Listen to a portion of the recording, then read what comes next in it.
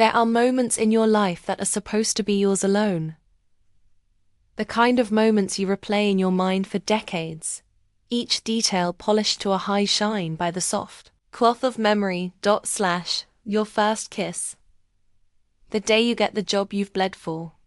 Your wedding day. They are your mountains, the peaks you conquer that give you a view of your own life. My sister Maya has always been a cloud on my peaks, a beautiful, shimmering, all-encompassing cloud that somehow convinces everyone she is the mountain. My wedding day was no different. It was supposed to be the one day, the one single day in my 28 years that was unequivocally about me and Lena, the brilliant, steady, wonderful woman who had agreed to be my wife. But as I stood in the small bridal suite, the scent of lily and panic sweat thick in the air, I saw her, and I knew my mountain was about to be lost in the fog. She stood near the entrance of the garden where the ceremony was set to begin, talking to our mothers, Diana and Carol. And she was wearing white, not off-white, not cream, not a pale blush that could be mistaken for white in the wrong light. It was a stark, brilliant bridal white. The dress was long silk, with intricate lace sleeves and a neckline that plunged just enough to be daring. It was in every way a wedding dress, a more fashionable, more expensive, more Maya version of a wedding dress than the one I was currently wearing, but a wedding dress nonetheless. My maid of honor, my best friend since kindergarten, Clara, saw the direction of my gaze. A hand flew to her mouth. "Oh my God," she whispered, her voice a mixture of horror and awe. She didn't. "Oh, Sedid," I said, my own voice eerily calm. A strange, cold stillness was settling over me, pushing down the initial surge of hot volcanic rage. It was the stillness of inevitability, the calm of a soldier who has trained for a battle her whole life, and finally sees the enemy cresting the hill. This was not a mistake. This was not a fashion faux pas. This was a declaration of war. A war that had been raging between us since she was born, 2 years after me, and immediately became the sun to my shadow. Maya didn't make mistakes. She made calculated moves. Every action was a chess piece slid across the board, designed to checkmate anyone who dared to have a moment of their own. "What are you going to do?" Clara asked, her eyes wide with panic. "We can. I can go spill wine on her. A whole bottle of red." I almost smiled. Dear loyal Clara. But a wine stain wouldn't fix this. A wine stain was a skirmish. I was done with skirmishes. I wanted unconditional surrender. "Nothing," I sighed, turning away from the window. "I'm going to do nothing. I'm going to go out there, and I'm going to marry the love of my life." Clara looked at me, confused. "But, Chloe, everyone will be looking at her." "I know," I sighed, adjusting the simple, elegant, aligned dress that Lena and I had picked out together. It felt plain now, childish compared to the couture statement Maya was making.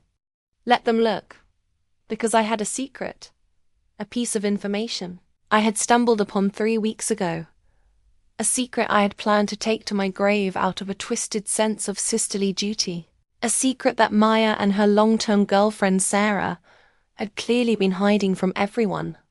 I looked at my reflection in the mirror. My eyes were bright with a terrible cold fire. My smile was sharp.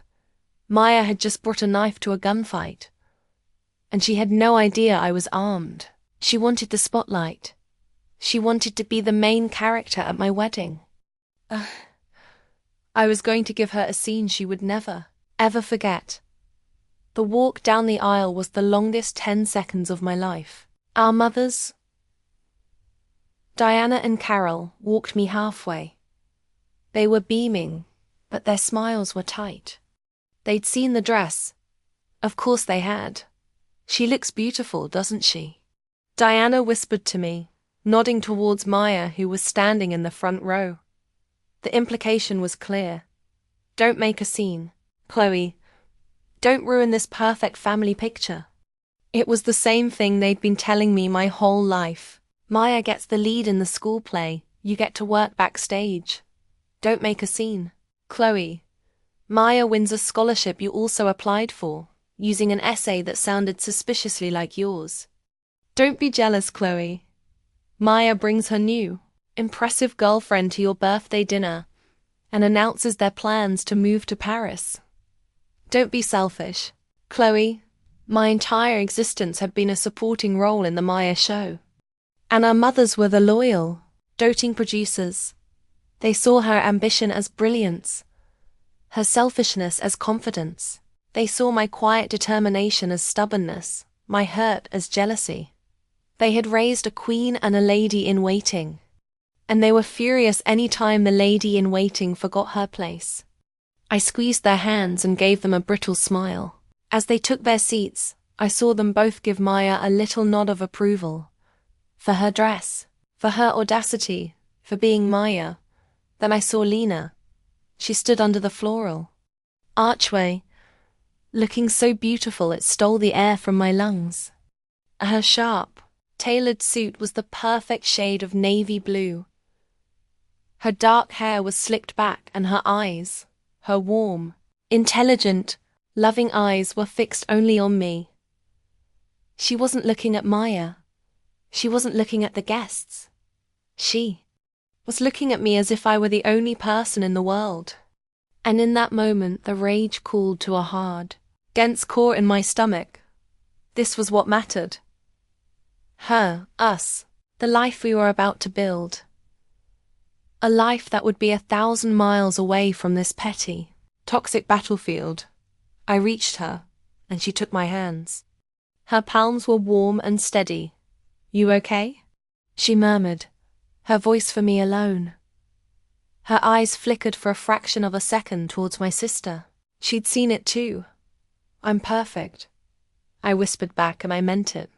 Because with her, the ceremony was beautiful. We exchanged the vows we had written ourselves, promises of love and partnership and facing every storm together. I looked into Lena's eyes and I poured every ounce of my love and sincerity into those words. This was real, this was true. But even as I said I do, I was aware of the presence in the front row, a beacon of white silk and smug satisfaction. I could feel the guests' eyes flickering between me and her, the bride and the other bride. The whispers were probably already starting. Can you believe the nerve? That's her sister. Poor Chloe, she's always had to compete. I would not compete. I would win. The final kiss was sweet and real. The officiant announced us as wives, and the garden erupted in applause. We walked back down the aisle, hand in hand, smiling. I didn't look at my sister. I didn't have to. I could feel her victory. She had done it. She had made my wedding day about her. But the day wasn't over yet. The reception was still to come. And with it, the speeches, and I had a new speech to write. The reception was held in a beautifully restored barn next to the garden. Twinkly lights were strung from the rafters. The tables were decorated with wildflowers and a local band was playing soft jazz. It was everything Lena and I had wanted. Rustic, elegant, and intimate.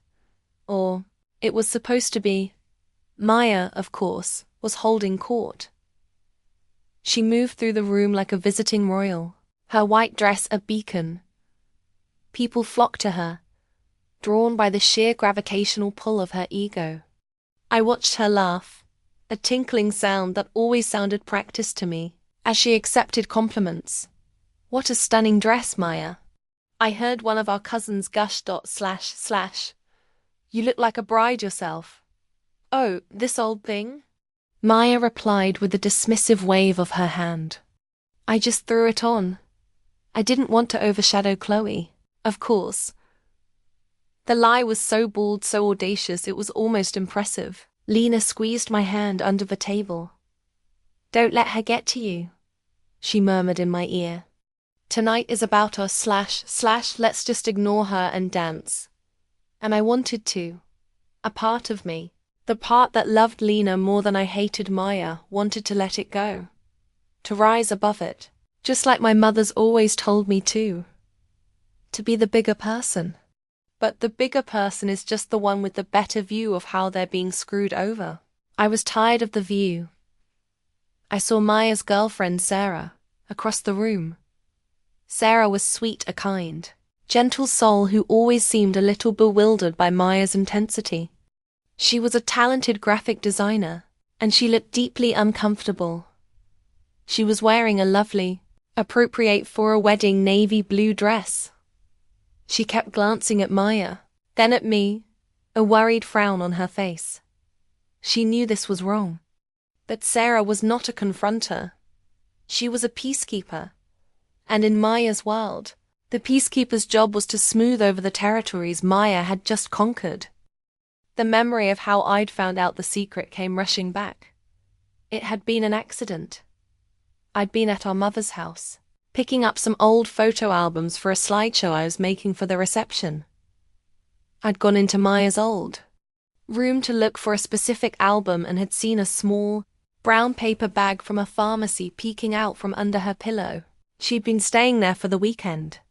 I thought it was medication, and since she'd been complaining of migraines, I'd picked it up, intending to bring it to her. It wasn't medication. It was a pregnancy test. 2 of them, actually, and the little windows on both of them showed a clear, undeniable plus sign. I had dropped the bag as if it were on fire. My first thought was for Sarah. Did she know? Were they trying? But Maya's behavior didn't seem like that of a woman joyfully planning a family with her partner. She had been secretive, moody, and had been drinking club soda at family dinners for weeks, claiming she was on a cleanse. This wasn't a shared joy.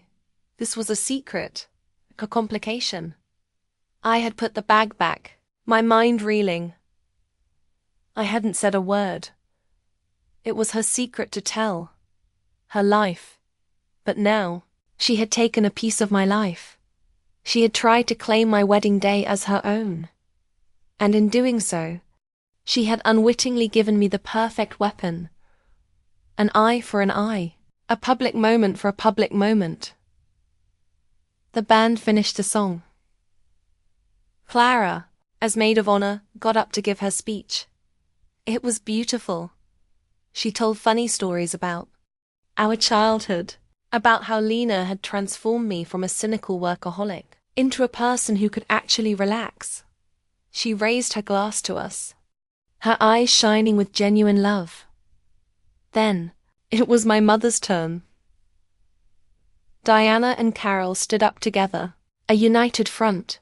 Their speech was all about family, about the joy of seeing both their daughters find happiness.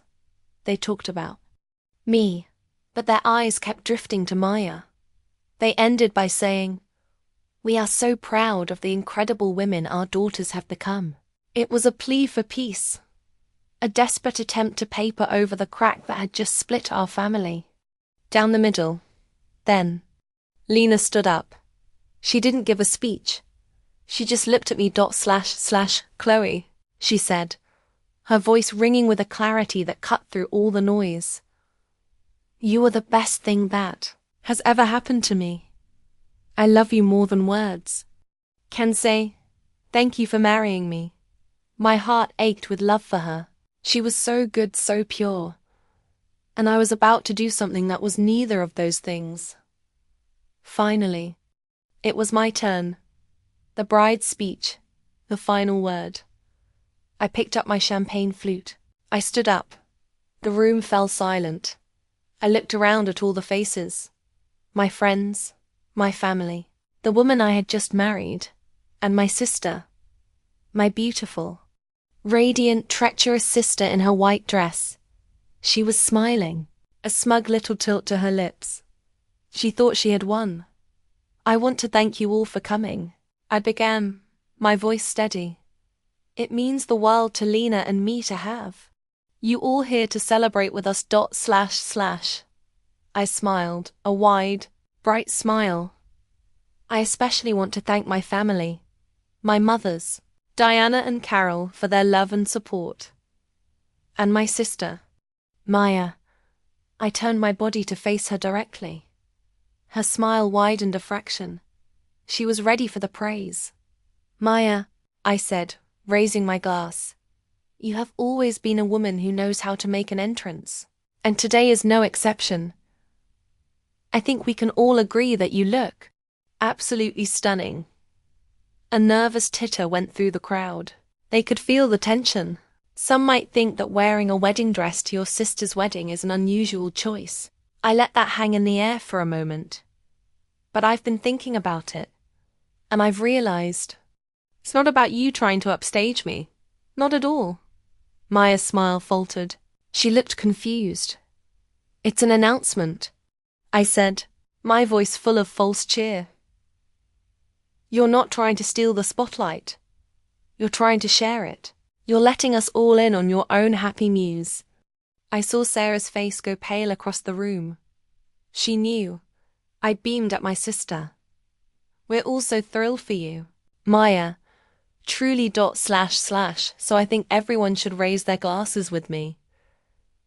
I paused, holding the entire room. In the palm of my hand, I looked directly into Maya's eyes, which were now wide with dawning horror. Let's give a toast to my beautiful sister, Maya, and to her future wife, Sarah, and to the other big announcement they're celebrating today. Congratulations on your pregnancy. We can't wait to meet the baby. I downed my champagne in one gulp. The silence that followed was not silence. It was a physical thing, the vacuum that sucked all the air and joy and music out of the room. Then, chaos. For a moment, nobody moved. It was a tableau vivant of shock. My mother's faces were frozen in identical masks of horror. Sarah looked like she was going to faint, her hand clutching a chair for support. ... Guests were staring. Mozart, looking from me to Maya and back again. And Maya, the color drained from her face.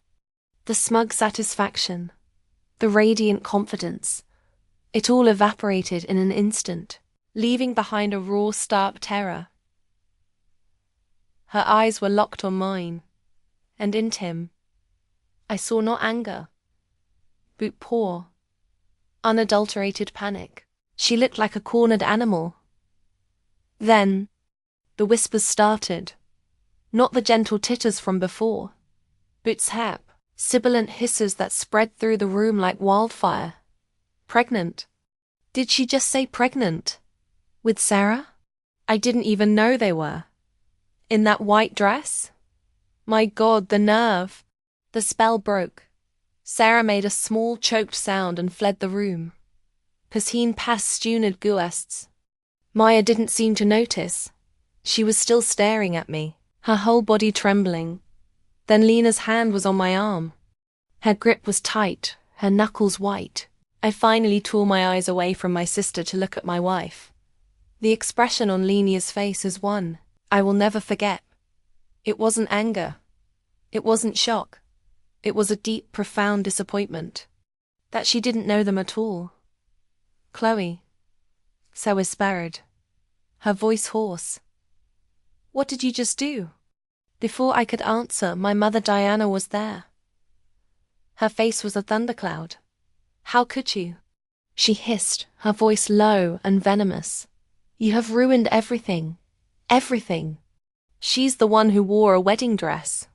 I shot back, the cold calm finally cracking, letting the hot rage flood through. What was I supposed to do? Just let her? Again? You were supposed to be the bigger person. My other mother, Carol, cried, rushing to Maya's side as my sister finally seemed to crumple, her hands covering her face.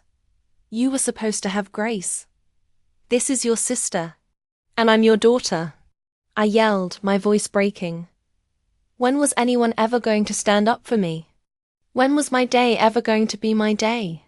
The barn was a cacophony of noise now. The band had stopped playing. Guests were talking in loud, excited whispers. The drama of it all far more entertaining than any wedding dance. Some were starting to leave, not wanting to be caught in the crossfire. The party was over. My perfect wedding was a smoking crater, and I was the one holding the detonator. Lena pulled me away from the center of the room, towards the side exit. "We're leaving," she said, her voice flat and hard. "But, oh guests, our reception." I stammered. "It's over, Chloe," she said, not looking at me. / You ended it." She pulled me out into the cool night air. The garden was quiet now, the fairy lights blinking innocently on the empty chairs. It felt like a lifetime ago that I had walked down that aisle. "Lena, I started. I'm sorry, She pushed me. She finally turned to face me, and her eyes were glistening with unshed tears. "She pushed you," so repeated, her voice dangerously quiet. "So you pushed her off a cliff. Is that it? You took something intensely personal, something that was hers and Sarah's, and you used it as a weapon in front of 100 people. She used my wedding as a weapon." I cried. "And you think that makes it okay?" she asked, her voice rising. "You think her being a petty, narcissistic brat gives you the right to be cruel? I thought you were better than that, Chloe. I thought we were better than that." Her words hit me harder than Diana's anger or Carol's tears, because she was right. I had stooped to Maya's level. No, I had dug a basement beneath her level and furnished it. What was I supposed to do, Lena? I asked, my voice pleading. "Just smile and take it. Let her ruin our wedding." "Yes," she said, throwing her hands up in exasperation. "You were supposed to let her make a fool of herself. You were supposed to let everyone see her for who she is. You were supposed to lean on me, and we were supposed to laugh about it later. We were supposed to dance and cut our cake, and go back to our hotel room as wives. Instead, you did this. You gave her exactly what she wanted. What are you talking about?"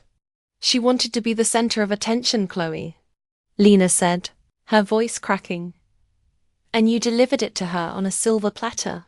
Now, nobody is talking about our vows or our first dance. They are all talking about Maya, her dress, her pregnancy, her drama. She won. You handed her the victory. And just like that, the last of my righteous fury drained away, leaving me cold and empty and sick to my stomach. She was right. I had played Maya's game by Maya's rules, and she had won. I had thought I was delivering the checkmate, but I had only sacrificed my own queen. I looked back at the barn. Through the open doors, I could see my mothers huddled around Maya, my family closing ranks around the wronged party, and I was on the outside. I had torched my own wedding. I had horrified my new wife, and I had made my sister the tragic heroine of the story. I started to cry.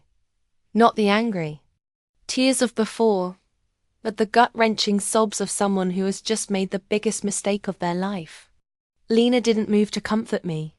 She just stood there, a few feet away, her arms crossed, her face a mask of disappointment. The space between us felt like a mile. Our wedding night was not spent in the luxurious hotel suite we had booked. It was spent in our small apartment in 2 separate rooms. Lena had driven us home in a silence, so heavy it felt like it was pressing on my chest, making it hard to breathe. I had tried to talk to her, to explain the years of accumulated rage and hurt that had led to that moment, but she had just shaken her head. "Not now, Chloe," she'd said, her voice flat. "I can't." So I had retreated to the guest room, my wedding dress hanging on the back of the door like a beautiful ghost, a reminder of the joy that had lasted for all of 3 hours. I didn't sleep, I just lay there, replaying the scene over and over in my head. The look on Maya's face, the look on Sarah's face, and worst of all, the look on Lena's. The next morning, I found her in the kitchen, nursing a cup of coffee. She looked exhausted. Our honeymoon flight is in 6 hours, I said softly. We were supposed to be going to Hawaii.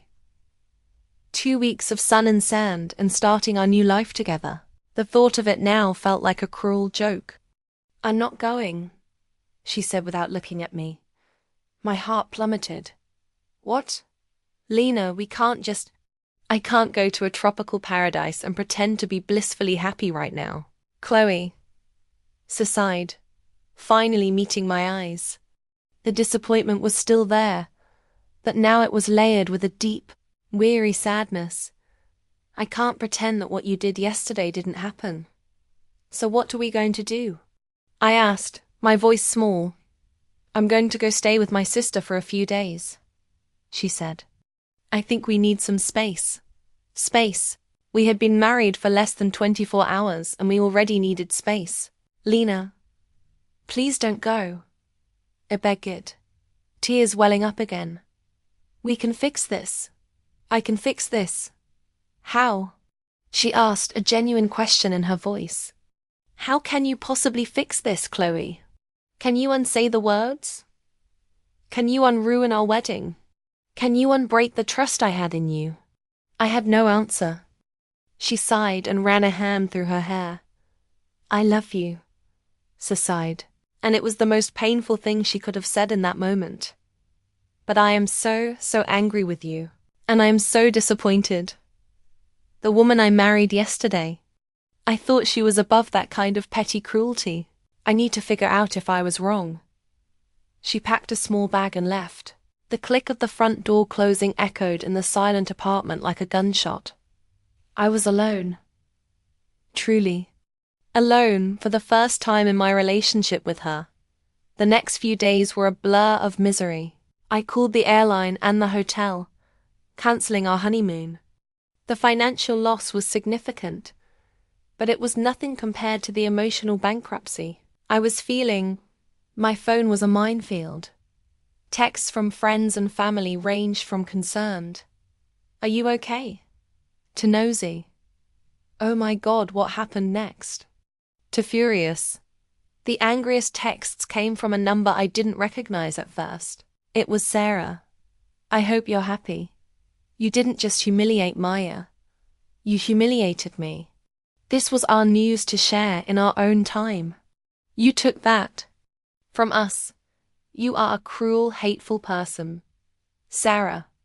And for the record, we were going to tell everyone next week. We had an appointment. We were happy. You turned our joy into a weapon." Her words were like daggers. They had been happy. I had taken their happy secret and twisted it into something ugly. Then there were the texts from my mothers. A joint message, of course. "Moms, we are beyond disappointed in your behavior. Maya is devastated. You owe your sister and Sarah a profound apology. Until you are ready to offer one sincerely, we don't think we can speak to you." They had chosen their side, as they always did, even now.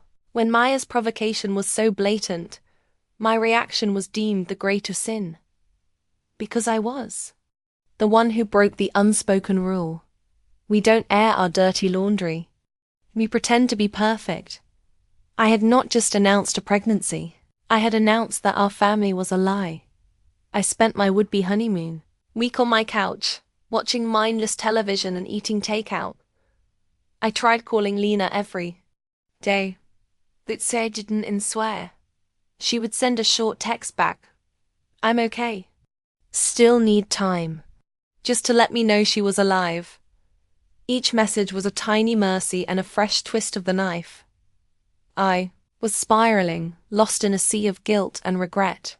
The righteous anger that had fueled me at the wedding was gone, and in its place was annoying shame. Lena was right. I had played Maya's game, and in doing so, I had become her. I had become the cruel one, the one who weaponized secrets, the one who valued winning over everything else. Who was I without Lena? Who was I if not Maya's bitter sister? I had spent so much of my life defined by my opposition to her that I wasn't sure what was left when you stripped it all away. After a week of this self-imposed purgatory, I knew I had to do something. Apologizing to my mothers felt pointless.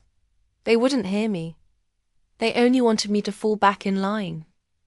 But Sarah and Maya, I didn't know if they would listen. I didn't know if I deserved to be listened to. But I had to try. I couldn't fix what I had broken, but I had to at least acknowledge the damage I had caused. I typed out a text to her. My sister, my fingers trembling. Me. Can we talk? The reply came back almost instantly. Maya. No. Of course. What had I expected? I tried Sarah. Me. Sarah, I know you hate me, and you have every right to. But I am so sorry for what I did. I would like to apologize to you in person, if you would ever be willing to see me. I didn't expect a reply, but a few hours later my phone buzzed. Sarah, Maya won't see you, but I'll meet you for coffee. Tomorrow. 10 a.m. The coffee shop on Maple Street. Don't be late. It wasn't forgiveness, but it was a door, cracked open just an inch. And I knew I had to walk through it. The coffee shop on Maple Street was a neutral territory, a small, quiet place with the scent of roasted beans and baked goods. I got there 15 minutes early, my stomach a knot of anxiety. I ordered a black coffee I knew I wouldn't be able to drink. Sarah arrived at 10 on the dot. She looked tired, her usually bright eyes shadowed with stress. She didn't offer a greeting, just sat down opposite me and folded her hands on the table. Thank you for meeting me, I began, my voice shaky. I'm not here for you, she said, her voice flat. I'm here for me, and for the baby. Because this mess you've made is affecting all of us, and I need to know if you have any comprehension of the damage you've done. I do, I said quickly. Sarah, I am so sorry. There is no excuse for what I did.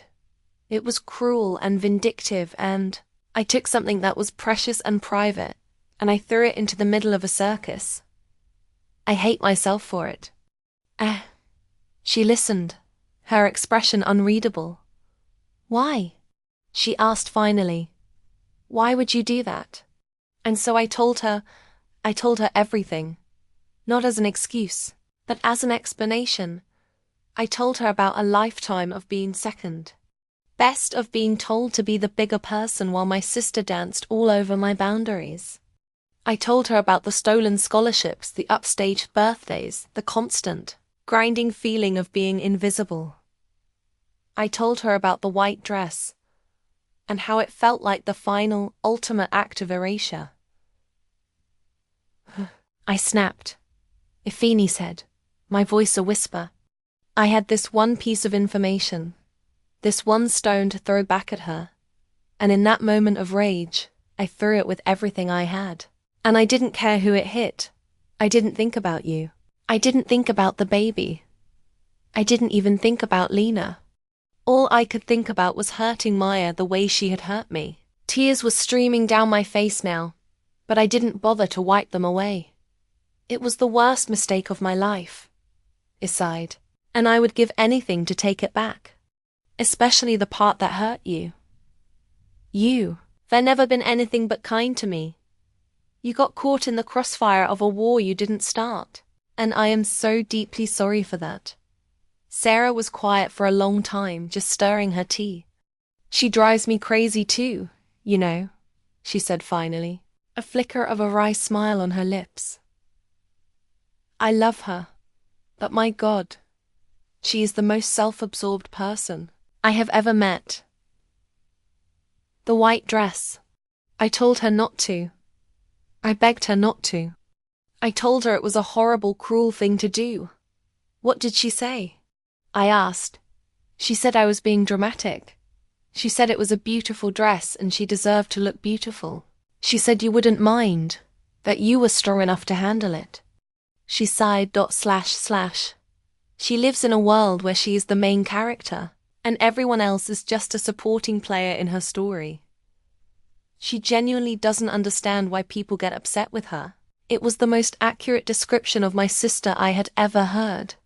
But that doesn't make what you did right, Sarah continued, her voice firm again. You knew what you were doing. You knew it would cause a firestorm. Maya is impulsive and selfish. You were strategic and cruel. There's a difference. I know, I said, nodding. You're right. She's a mess, Sarah said, her gaze distant. She hasn't left our apartment in a week. She's terrified. We were going to tell our parents about the baby next month. Her parents. 10 mean. We were going to do it our way. Now the whole world knows, and they know it as a piece of scandalous gossip. Her mothers are furious with her for getting pregnant, before being properly settled, whatever that means. My parents are hurt they had to hear it from my aunt who was at the wedding. It's a complete disaster. The weight of my actions felt like a physical thing, crushing me. Is the pregnancy okay? I asked tentatively.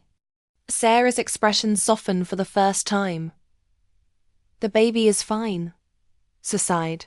I'm making sure of that. She's 12 weeks along. We were so happy, Chloe. We had our first ultrasound a month ago. We heard the heartbeat. Her voice broke on the last word. The joy I had tainted was so real, so profound. I want to apologize to her. Aside, but she won't see me. She's not ready, Sarah said. She's hurt, but she's also deeply ashamed. You didn't just expose her pregnancy. You exposed her pettiness, her need for attention. The white dress stunt looks 100 times worse in the light of what you did. You made her look like a villain, and then you made her look like a victim, all in the space of 30 seconds. She doesn't know who she is right now. We sat in silence again. What about you and Lena? Sarah asked quietly. I shook my head, unable to speak. I'm sorry, she sighed, and she sounded like she meant it. Lena is a good person. She didn't deserve any of this. No, she didn't. I agreed. Look, Sarah said, leaning forward. I can't forgive you. Not yet. And I certainly can't speak for Maya. But I appreciate the apology. It was more than I expected. She stood up. I have to go. I have a doctor's appointment to get to. With Maya. Sarah, I said, stopping her. For what it's worth. Congratulations. I know you'll be an amazing mother. A real, genuine smile finally broke through her exhausted expression. Thanks, she sighed. I'm terrified, but I'm also really excited. She left. I sat there with my cold coffee feeling a tiny, microscopic flicker of something that wasn't shame or guilt. It wasn't hope, but it was a start. I had faced one piece of the wreckage. Now, I just had to figure out how to face the rest. The conversation with Sarah gave me a sliver of courage. It didn't absolve me, but it made me feel like I wasn't just screaming into a void. Someone had heard my apology, even if they weren't ready to accept it. My next call was to Lena. She had been gone for almost 2 weeks. 2 weeks that felt like 2 years. When I called, she answered on the second ring. Hi, she sighed, her voice cautious. I replied. Can I see you? I want to come to you. I'll meet you wherever you want. She was quiet for a moment. Okay, she said finally. My sister's place. I'll text you the address. Her sister, Maria, lived about an hour away. The drive felt like a pilgrimage. I was a supplicant, coming to beg for forgiveness from the person I had wronged the most. Maria's apartment was bright and airy. She let me in with a polite but cool expression, then tactfully disappeared into another room. Lena was sitting on the couch. She looked. That tear. Rested. The deep disappointment in her eyes had been replaced by a thoughtful sadness. I didn't sit down. I just stood in the middle of the room, my hands clasped in front of me. I met with Sarah. Aside, Lena raised an eyebrow. How did that go? It was awful, I said honestly, ... And it was necessary. I apologized, ... I don't think she forgave me. It's Helistenid. Good, Lena said. That's good. Lena. Aside, my voice thick with emotion. I have spent the last 2 weeks replaying every second of our wedding, and every time I hate myself more. What I did was unforgivable. It was the single cruelest, most destructive thing I have ever done. And I did it on the day I was supposed to be celebrating my love for you. I took a step closer. You were right. In my attempt to punish my sister, I became her. I became everything I despise. I let years of bitterness and resentment turn me into a monster. And I unleashed that monster on you, on our life together. I was crying again, but I didn't care. I broke us Lena ... on our very first day, and I don't know how to fix it. But I will spend the rest of my life trying, if you'll let me. I will go to therapy. I will work on myself. I will do whatever it takes to earn back your trust. Because a life without you, it's not a life. She looked at me, her own eyes welling up. She stood and walked over to me. She didn't hug me, she just took my hands. I believe you, she said softly. I believe you're sorry. And I believe you mean what you say. Hope, briquet and pineful, flared in my chest. But I'm scared, Chloe, she continued, her voice trembling. I fell in love with a woman who was strong and funny, and who had a deep sense of justice. But at our wedding, I saw a side of you I had never seen before. A capacity for cruelty that terrified me. I have to know. Is that who you are? Is that rage always going to be there, just under the surface, waiting to explode? No, aside, shaking my head. I don't want it to be. I want to get rid of it ... I want to be the person you thought I was. The person I thought I was. I need to see that. Seaside. I need actions, not just words. Therapy is a good start. A great start. I'll make an appointment today, I promised. She nodded ... And your family? This dynamic with Maya. You can't keep living like that. It's poison. You have to find a way to either fix it or walk away from it. You can't keep letting her have this power over you. I know. Aside, I think I'm finally ready to let go.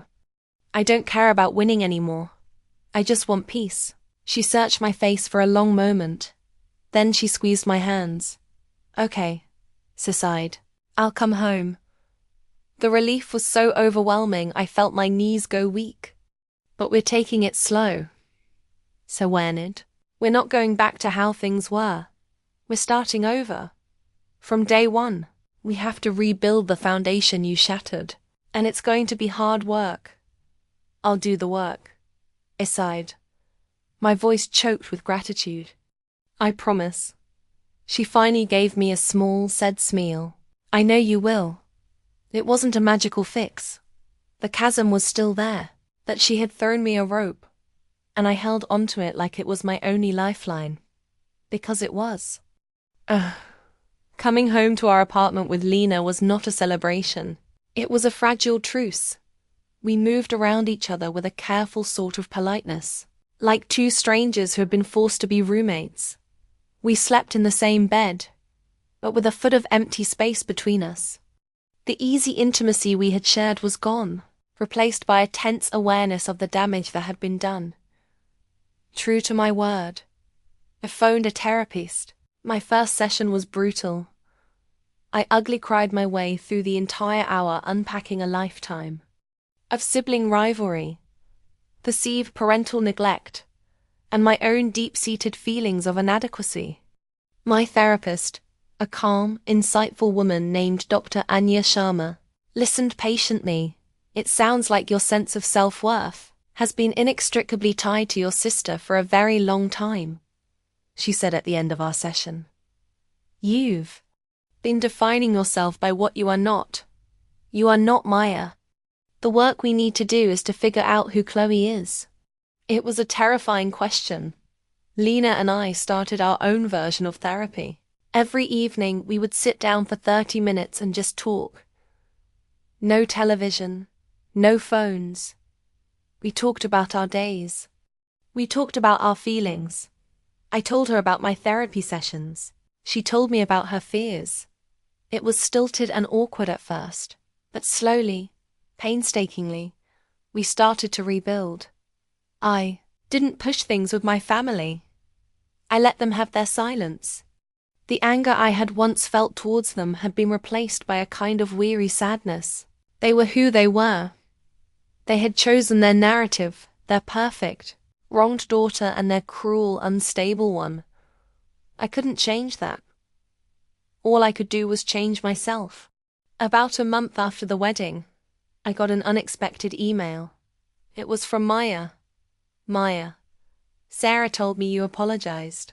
She said you seemed sincere. That was it. No greeting, no sign-off. I didn't know how to respond, so I didn't. A week later, another email. Maya, the morning sickness is hell. I threw up on a new pair of shoes. It was so mundane, so normal, it threw me for a loop. This wasn't the Queen Maya I knew. This was just a pregnant woman complaining. I decided to risk a reply. I hear ginger helps. And crackers. Lena's sister swore by them. A few hours later, a response. Maya, I'll try it. Thanks. And so began the strangest correspondence of my life. We emailed back and forth every few days. We didn't talk about the wedding. We didn't talk about the white dress or the speech. We talked about pregnancy. Her fears about giving birth. Her frustration with her changing body. The arguments she and Sarah were having about what color to paint the nursery. It was a tentative, bizarre kind of truce. I was her unlikely confidant. Perhaps because I was the only one who knew the whole story.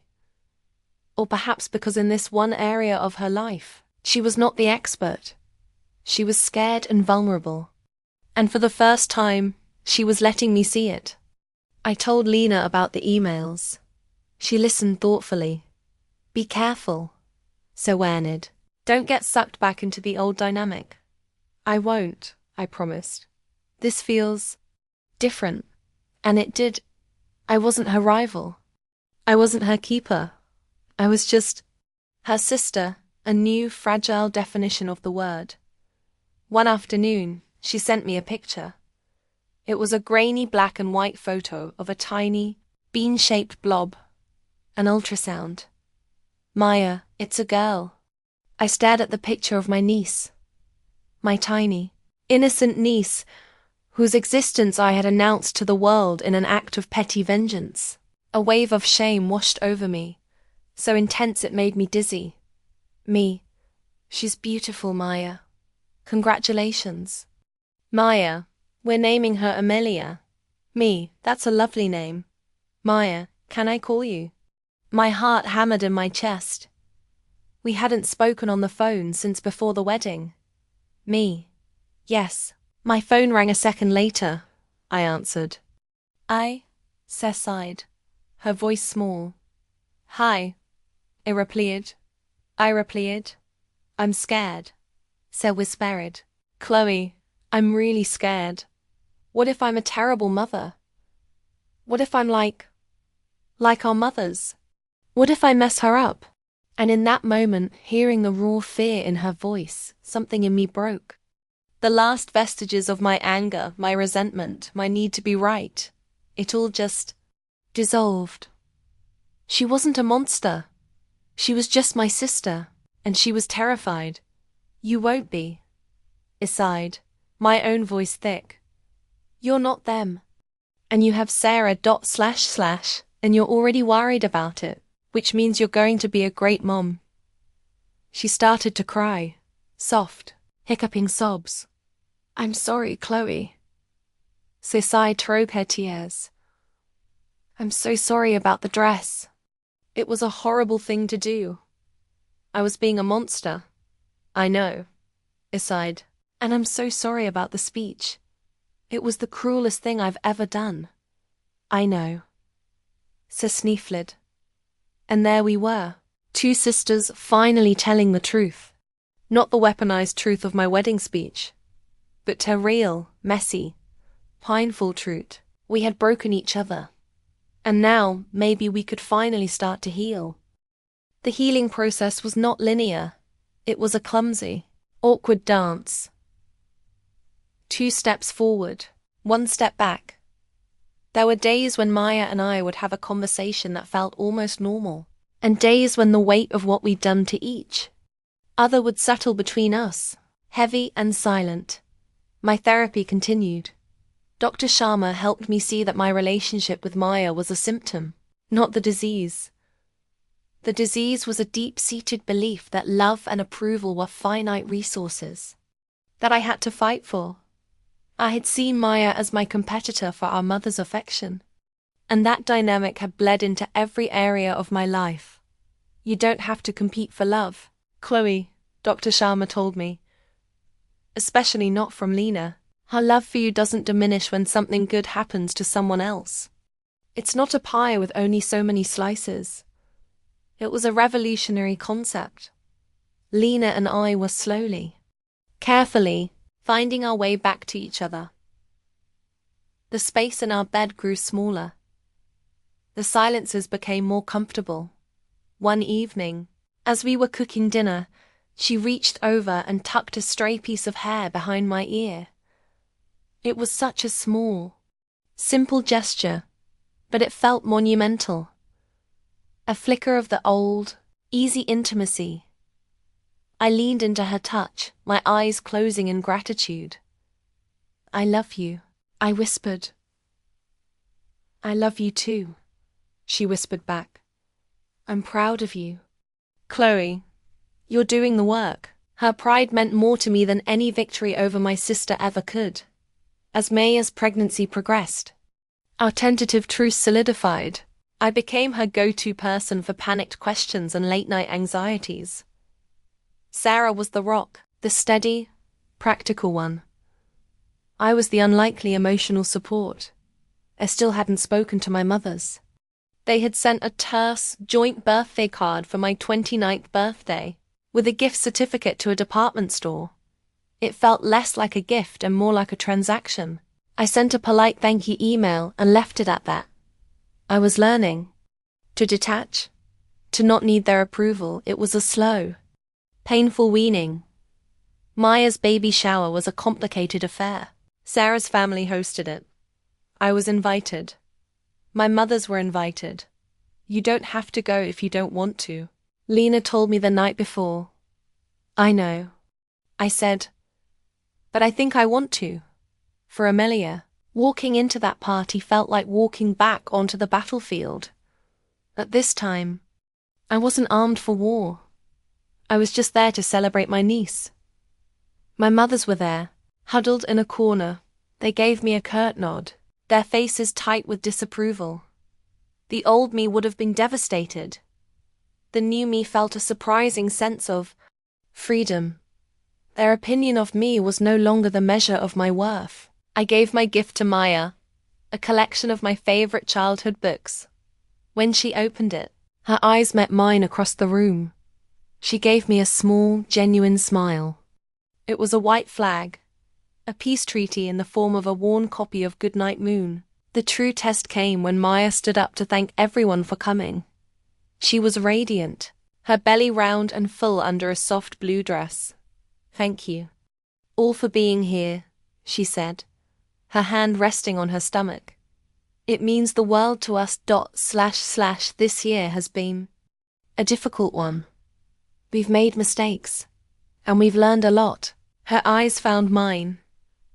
I'm especially grateful for my sister, Chloe, she said, her voice clear and steady. She's been an incredible source of support and wisdom, and I know she's going to be the best aunt to little Amelia. The room was silent. My mothers looked stunned.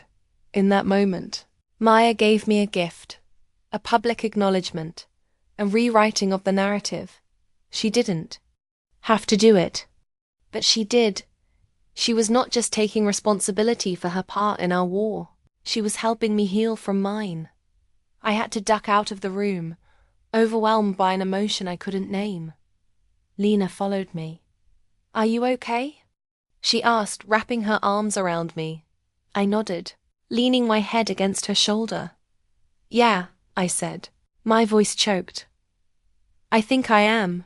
It was the beginning of the end of the war. And the beginning of a new, uncertain peace. Amelia was born on a rainy Tuesday in April. Maya had a long, difficult labor, and I spent the entire day at the hospital with Lena and Sarah's family, pacing the waiting room. My mothers were there too, on the other side of the room.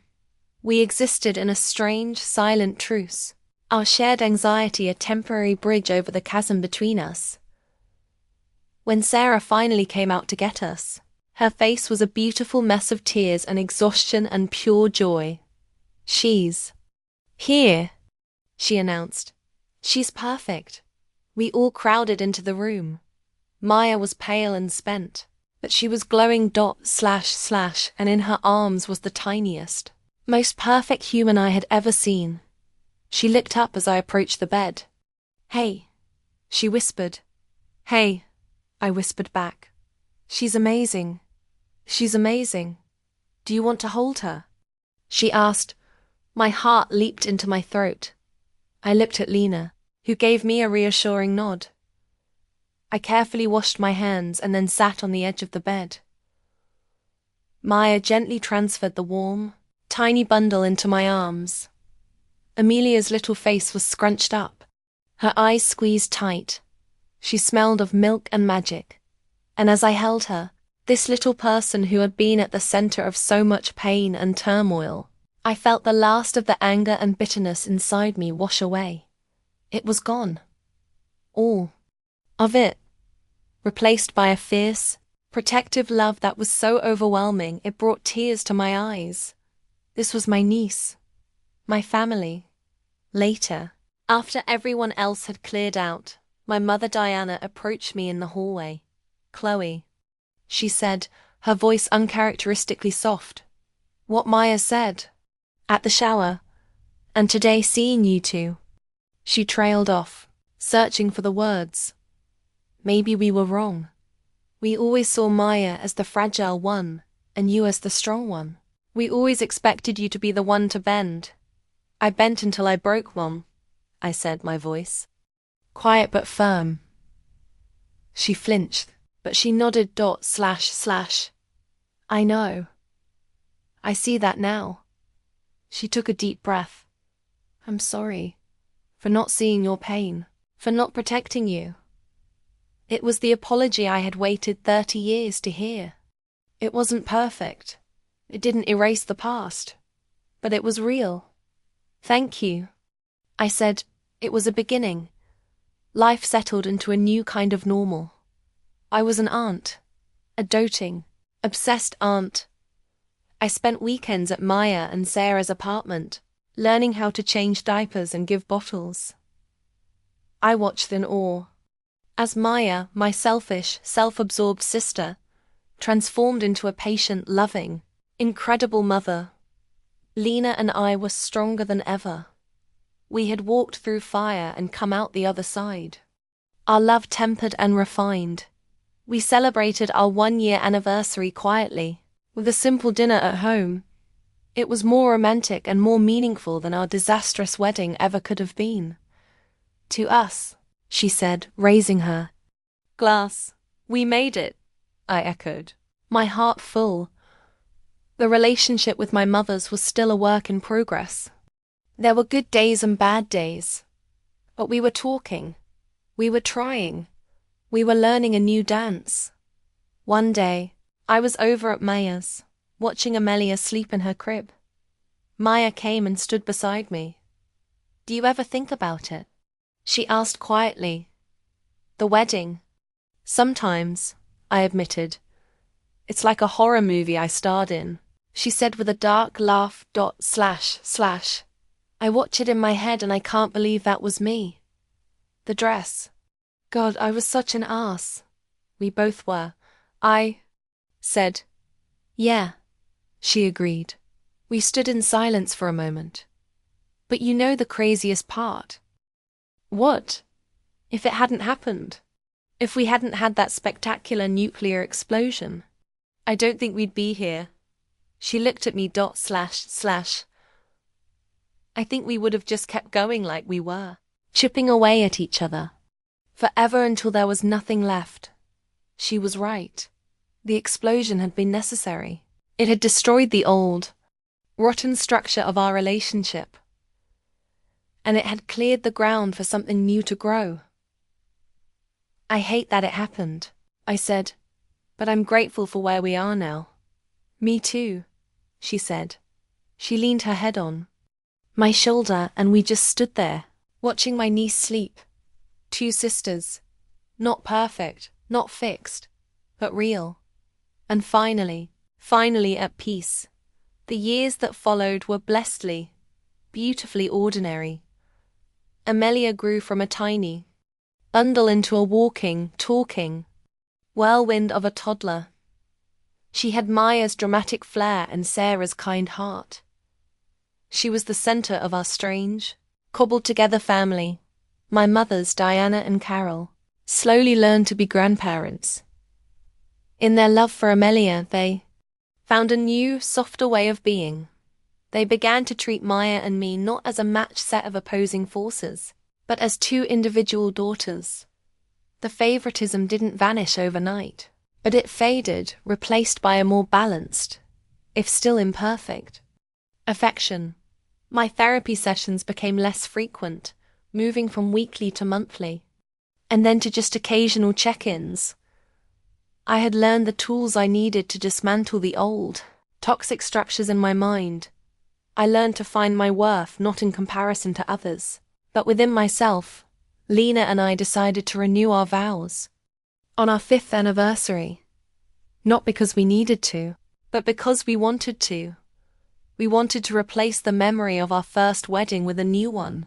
We held it in our own backyard. There were only 10 guests: Aunt Sophia, Lena's sister, Maria, our mothers, and Maya, Sarah, and a flower girl, Amelia, who insisted on throwing fistfuls of petals at everyone. Maya did not wear white. She wore a simple, elegant green dress that brought out the color in her eyes. She was my matron of honor. Her speech was short and simple. Chloe and Lena, she began, her voice thick with emotion. Your love for each other is a masterclass in resilience, forgiveness, and hard work. You've taught me what real partnership looks like, Chloe. You are the strongest person I know. Not because you're unbreakable, but because you had the courage to break. And then the strength to put yourself back together, better than before. I'm so proud to be your sister. This time, the tears I cried were tears of pure joy. Later, as the sun set, Lena and I danced on the grass. Happy anniversary, my love, she whispered in my ear. I like this wedding much better. Me too. I laughed. Though, I have to admit, the first one was more memorable. She pulled back and looked at me, a playful glint in her eye. Don't even joke about that. I wouldn't dream of it, I said, pulling her close. Life wasn't a fairy tale. There was no happily ever after. There was just after, the messy, complicated, beautiful, and ongoing work of living and loving. My sister and I had been at war for most of our lives. We had both been scarred, but we had survived. And in the quiet peace of the aftermath, we had found something far more valuable than victory. We had found each other. Amelia's 5th birthday party was chaos in the best possible way. A dozen 5-year-olds, high on sugar and excitement, were running screaming through Maya and Sarah's backyard. The theme was dinosaurs. Amelia was wearing a full T-Rex costume, roaring at anyone who came near her. I was on grill duty with Sarah. We were flipping tiny hot dogs and burgers, laughing as we tried to keep up with the demand. "Remember when we thought this would be the hard part?" she said, nodding towards the screaming mob of children. "I'll take a dinosaur-themed party over our family drama any day," I said. Maya came over, carrying 2 glasses of lemonade. She handed one to me. "The natives are getting restless," she announced. "They're demanding cake." 5 more minutes, Sarah said. Maya leaned against the grill beside me, and we watched her daughter pretend to eat the family dog.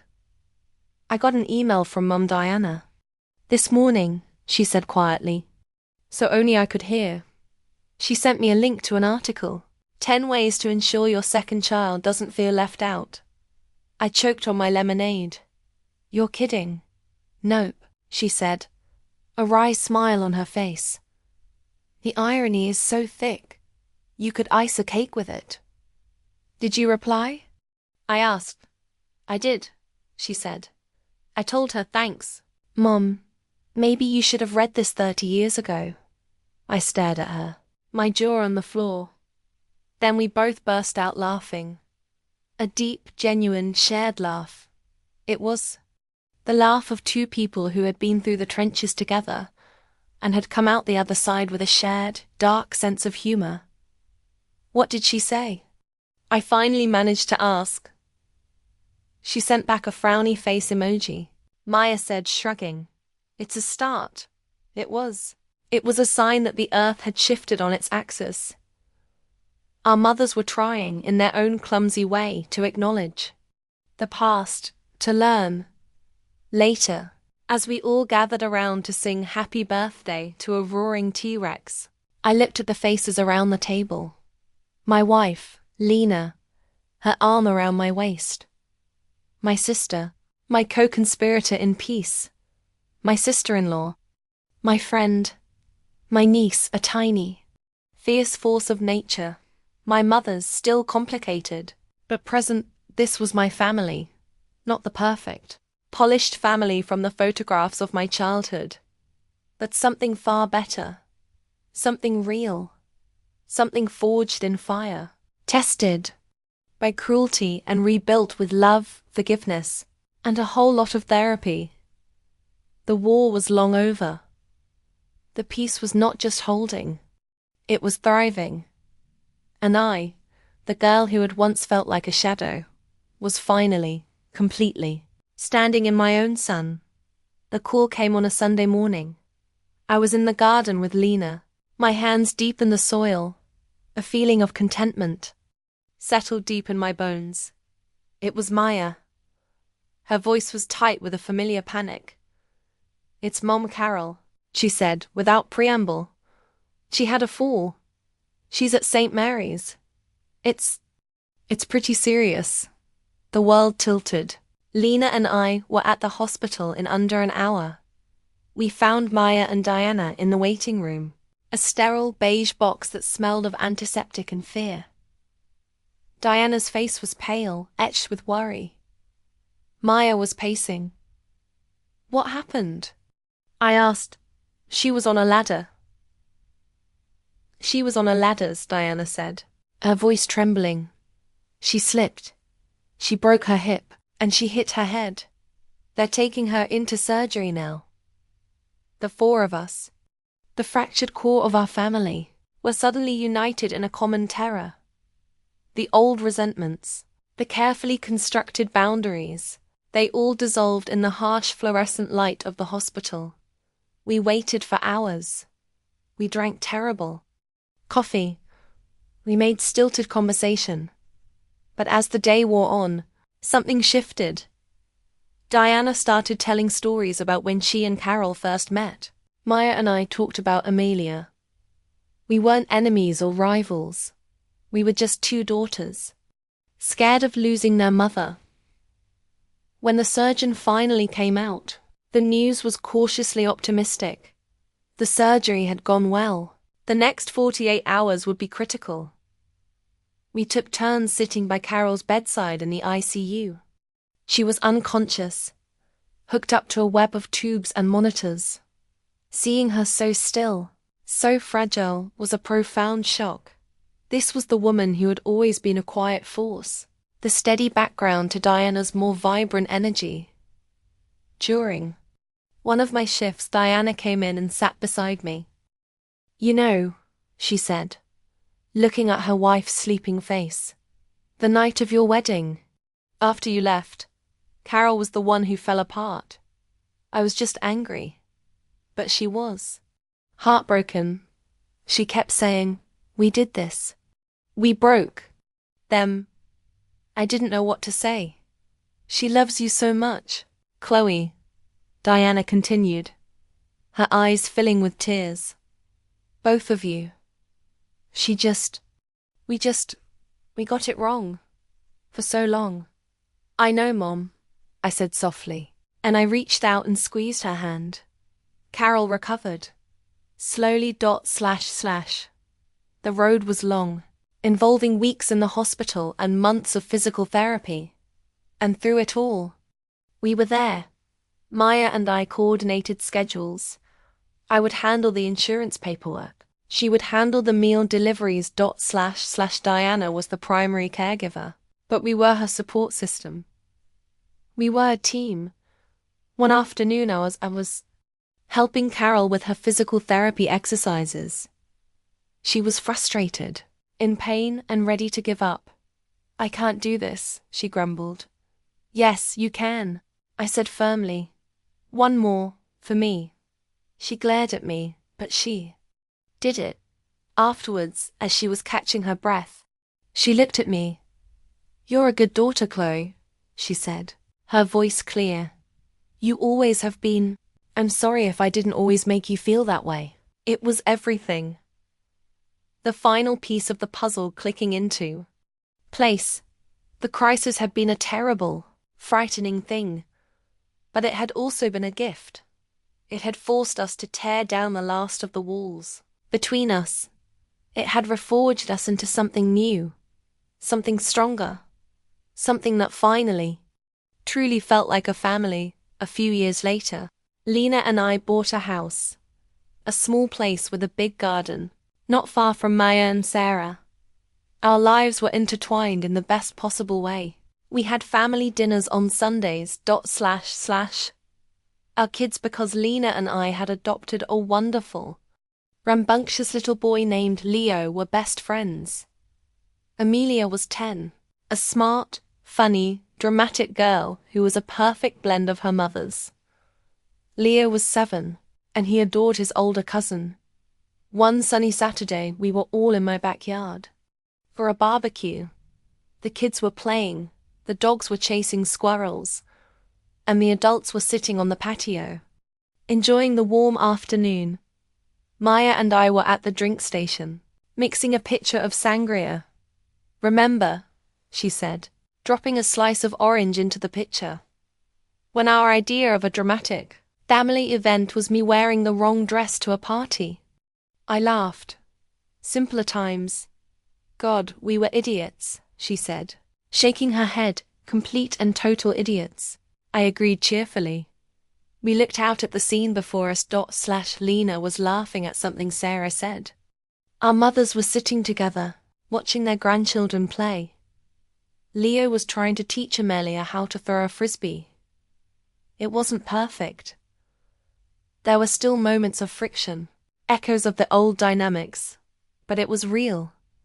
And it was full of love. "Hey, Chloe," Maya said, her voice serious. "Yeah? Thanks," she said. "For what?" "For everything," she said, with a wave of her hand that encompassed the whole messy, beautiful scene. "For not giving up on me. On us. Right back at you," I said, bumping her shoulder with mine. The story of my wedding day felt like it had happened to someone else, in another lifetime. The anger and the hurt were distant echoes. The white dress, the toast, the explosion, they were just the dramatic opening scene to a much longer, Much more interesting story. A story about forgiveness. A story about growth. A story about two sisters who had to destroy their relationship in order to build a new one. It was our story, and it was far from over.